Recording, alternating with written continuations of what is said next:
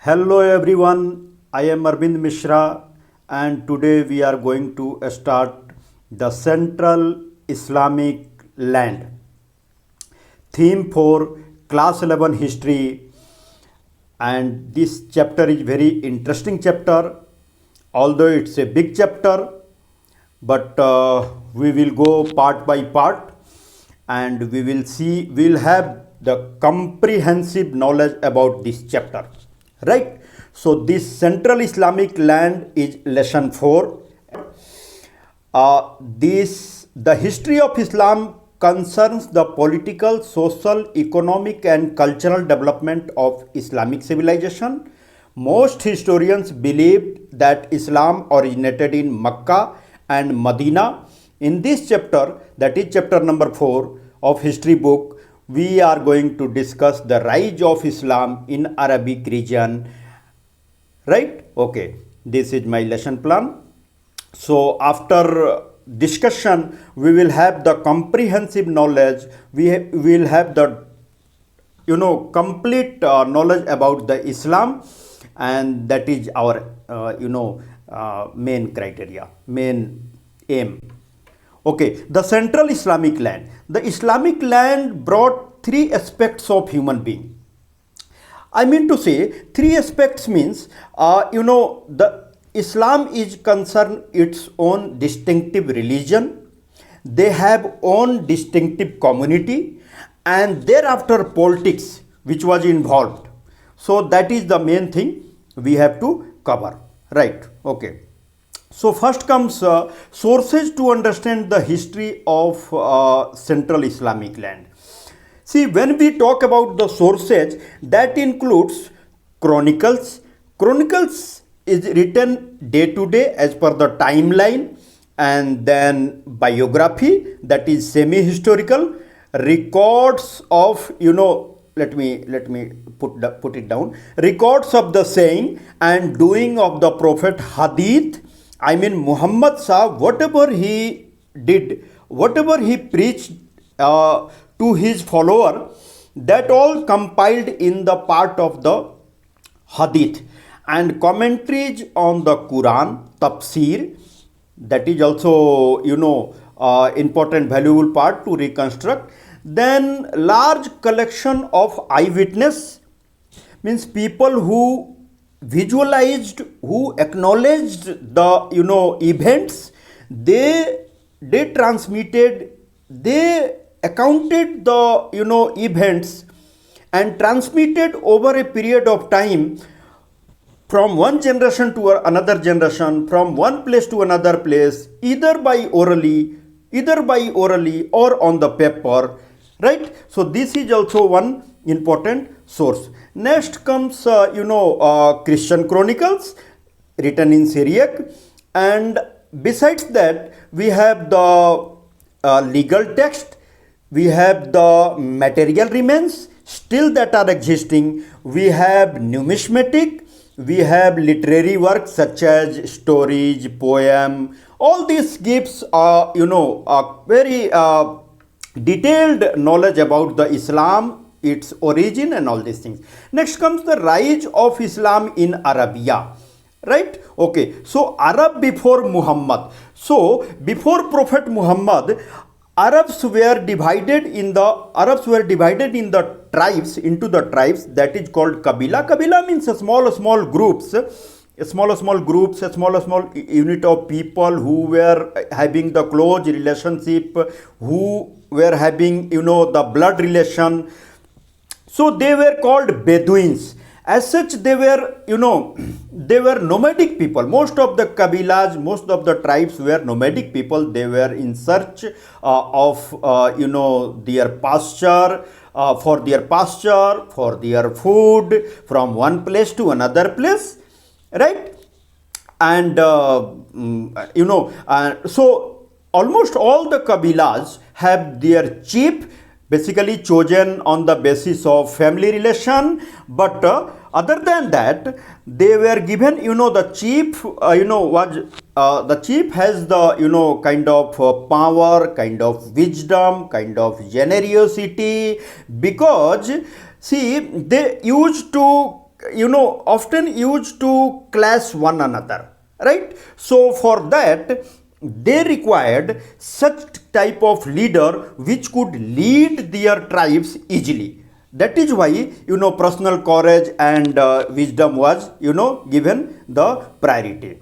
Many Arab tribes were nomadic. Already I covered, many were nomadic people who were moving from one place to another place for the oasis, right, for the grassland, for themselves also, and along with that for their cattle, especially for the camels, right. Okay, so next, some settled in the city, practiced trade in agriculture. Muhammad belonged to the tribe known as Quraysh. Now Muhammad Sahab belonged to the tribe which was popularly known as Quraysh tribe. Now next topic comes life of Muhammad Sahab. Muhammad was born in Makkah in the AD 570 in present day part of the Saudi Arabia, right? Okay. And Muhammad married an older widow named Khadija, and she was a very rich, and she also belonged to the merchant family, right. Okay. And there, so Muhammad used to be meditate right from his childhood. So he wanted to reveal the God. He wanted to have acknowledgement with the God. So before moving further, just have one kind of have a look on the map. See here, if I point, see here, here is the part, here is Makkah and Medina. Here this part is Syrian part. This below, just below is Yemen. This is Red Sea area, Red Sea. Okay, this is Arabian Sea. This side Iran, Iraq, and all these things. This side Persian Gulf, sorry, right. Okay, Mediterranean Sea. If you go bottom side of that, Africa, northern Africa is the part of Islamic world. That also we will cover one by one, right. Okay, so okay, let us move forward. So the Quran, the holy book of Islam, is written in Arabic, which was the language of Muhammad Sahib. As such, the area was Arabic Peninsula, so language has to be the same. The Quran contains ethical guidelines and law by which Muslims should live their lives. Like, right. Okay, so this is simple rules, regulation, ethic, norms. Believers of the Islam are supposed to follow this kind of rules and regulation. This is what total compilation of Quran is. That is the holy book after the revelation. So in the year 1612, Muhammad Sahab declared himself a messenger of God, Rasul. Okay, and thereafter, after receiving the message from the Allah, he went to his wife Khadija, and she became the first to be converted in the new religion. Then he began to try to convert the people Makkah to his message, but he was opposed by the rich merchant. Actually, people behavior, people generally do not accept the changes. That is obvious. That is, so the same was, and maybe couple of other regions were there where people, on which ground people opposed the message of, Muhammad Sahab. Now next, then thereafter, Muhammad Sahab migrated from Makkah to Medina, that is somehow 430 kilometer above. See, Makkah is below and Medina is just above in the same line towards northern side. He migrated with his follower, right? Okay, and thereafter he started, see, that journey is regarded as a Muslim calendar. That was the year of 622 AD Hijri era, and thereafter Muslim calendar started, and they write in place of AD, they write AH, right? Okay, and no Hijra, right? Okay, the next topic comes rise of Islam in Arabia. Now in the Medina, the city of Prophet, Muhammad was accepted and gained the follower, right? He started converting to the he started conversion of the different tribes into in his own tribal group. I mean, in the Islam, he, after several years, Muhammad became both a spiritual as well as political leader. See, after that, he started generating the resources, right? Okay, and he also followed the policy to expand his believers group. When he got the resources, when he got the required number of believers, required number of supporters, thereafter he conquered Makkah. So thereafter he was regarded as a spiritual as well as political leader. There was an idea of the separation of church and state, means the Islam, okay, Islam from the church, right? And he raised an army, moment ago I covered, and conquered the city of Makkah, right? Okay, the Kaaba. Now, after Muhammad took the city of Makkah, Kaaba was the a cubical structure in the Makkah, and that was regarded and still regarded, the same regard, for the people of the believers of the Islam. See, before the emergence of Islam, different tribes living in the Makkah, and they had their own beliefs, they had their own god, own goddesses, own spiritual thinking, right? And they were polytheist. Polytheist means beliefs in many god, whereas Islam is monotheist, right? Okay, so when Muhammad Sahib conquered the Makkah, he made all the idols placed in the Kaaba structure. He just cleans all the structures. As such, the idol worship is denied according to the Islam, right? Okay, so all Muslims are encouraged to make a pilgrim to Makkah, known as the Hajj. See, Hajj, before the emergence of Islam, Hajj was also existing, and the same was propagated by the Muhammad Sahib also, right? Okay, here is the picture of Kaaba. So in between the structure you can visualize the Kaaba, right? Okay,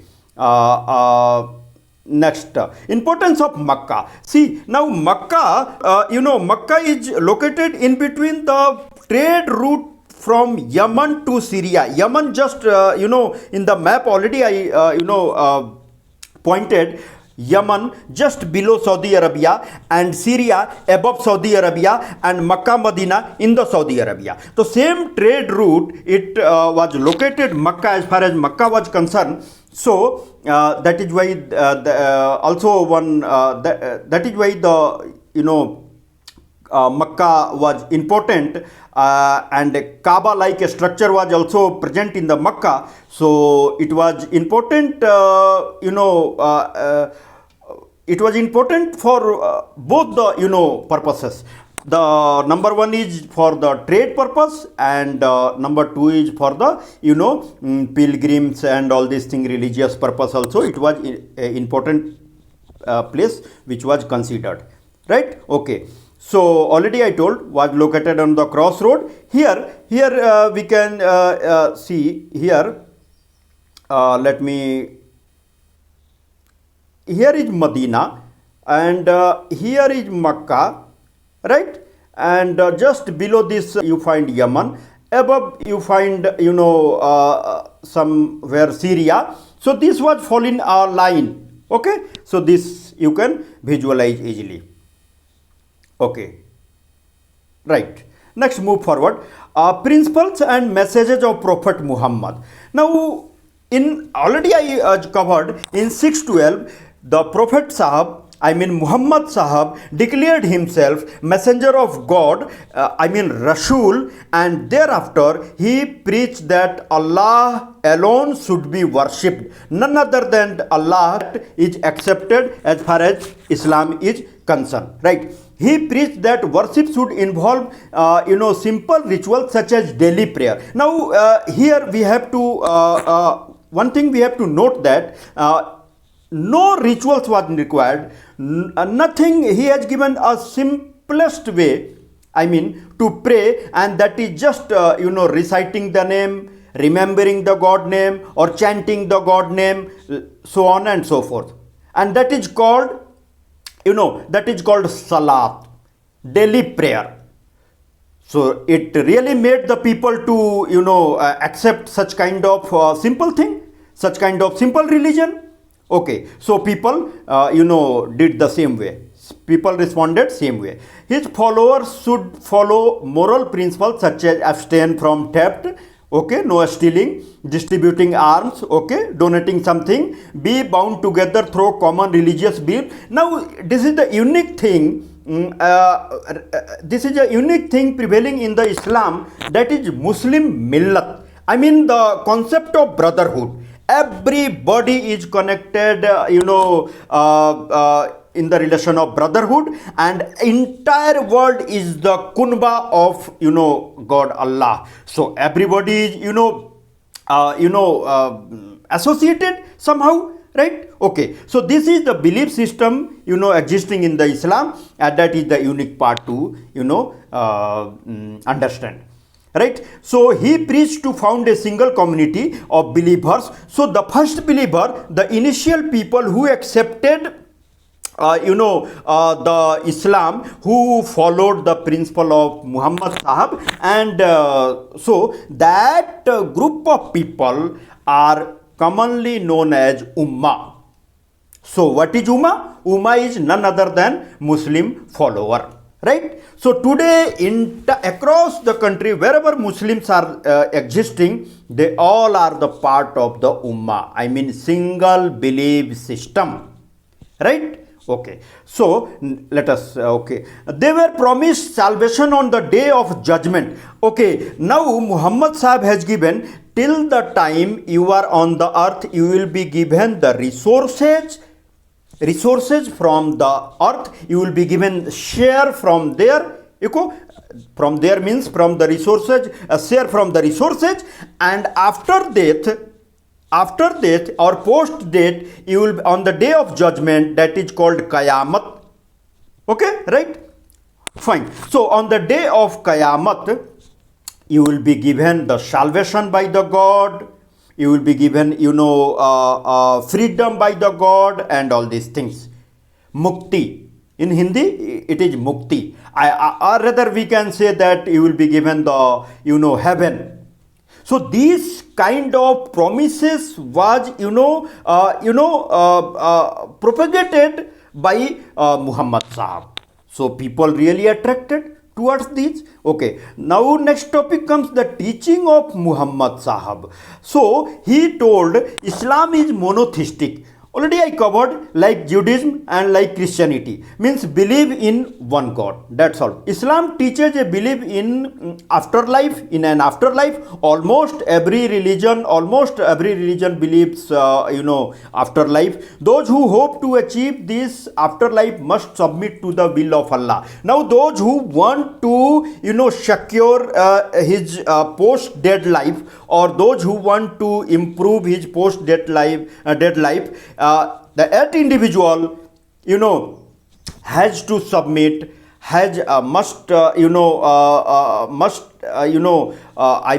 submit his or her will to the Allah. Right? Okay. Muslims do not believe in Muhammad was divine. That we all know that Muhammad Sahab was a human being. Even Muslims believe that he was a human being, and there is only one God, that is none other than Allah. Islam is seen not just a religion but way of life. Now, if you visualize the Muslim people, if you closely watch their activities, day-to-day activities, if you closely observe their activities, so you are naturally going to distinguish it from other, religion or other culture. Their way of life, separate way of life, their food habits, their dressing habits, their language also, as a big difference from other religion. Okay. So this is not only the part of the religion. This is not only associated. Islam is not only association of the religion, but it's a in a wider sense. It is a culture which includes everything, and religion is also part of the culture. Okay, Muslim feel that in order to achieve salvation, that they must obey the will of Allah or God. Already cleared, that already I described. So in order to do this, they must follow the five major pillars, five major principle of the Islam. Let us see which all five major principle. So number one is faith. Your faith should be firm. Right? Okay. So declaration of faith, Muslim must, state that there is only one God, that is Allah, and Muhammad Sahab is his prophet. Okay. Such kind of strong belief should be there. Right? Okay. Now next, daily prayer. Muslim, facing towards the Kaaba. As far as India is concerned, so Kaaba is located west to the India. So that is why Indian Muslim are facing towards west side, and then offering their praying. Okay, so facing towards the Kaaba, that you must pray 5 times in a day. Then charity. Now charity, also known as zakat. So as such, Muslim community or Islam is based on the brotherhood. So you are requested or you are required to share your resources, part of the share, as a zakat. In simple way, you have to give some kind of donation. Now next, fourth number is fasting, that is Ramzan. So in the holy month of Ramzan, you have to observe fasting from sunrise to sunset, means during day.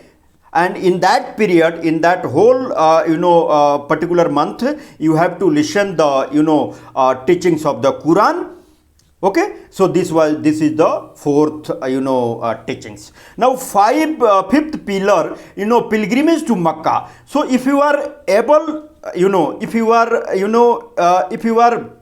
physically able, if you are with if you are financially capable enough, so you are requested to visit to the Makkah Medina for the Hajj at least once in a lifetime, and that is called Hajj. So let us have a quick recap what so far we have referred. So we have referred that the Arabic region, right, Arabic Peninsula. So a lot of many numbers of tribes were living, and they had their own belief, they had their own culture, own multi-god belief system was there. They had their chief also, and there one important tribes was Quraysh tribe, in which Muhammad Sahib took birth, and thereafter he started preaching the people. He declared himself as a Rasul of the God, and he was opposed by the people from the Makkah, especially the rich merchants. Then he migrated from Makkah to Medina. There he could get success a bit, and thereafter due to his simple teachings, especially Bedouins, they were the first to accept the principle of Islam, and thereafter he invaded Makkah, and Makkah also came under the larger Islamic domain, and thereafter the Medina become the administrative head, and Makkah become the religious head, and in 632 Muhammad Sahab left his life. Okay, so thereafter the system of caliphate came, and that part we are going to cover in next session. Thank you everybody for your patience. Thank you.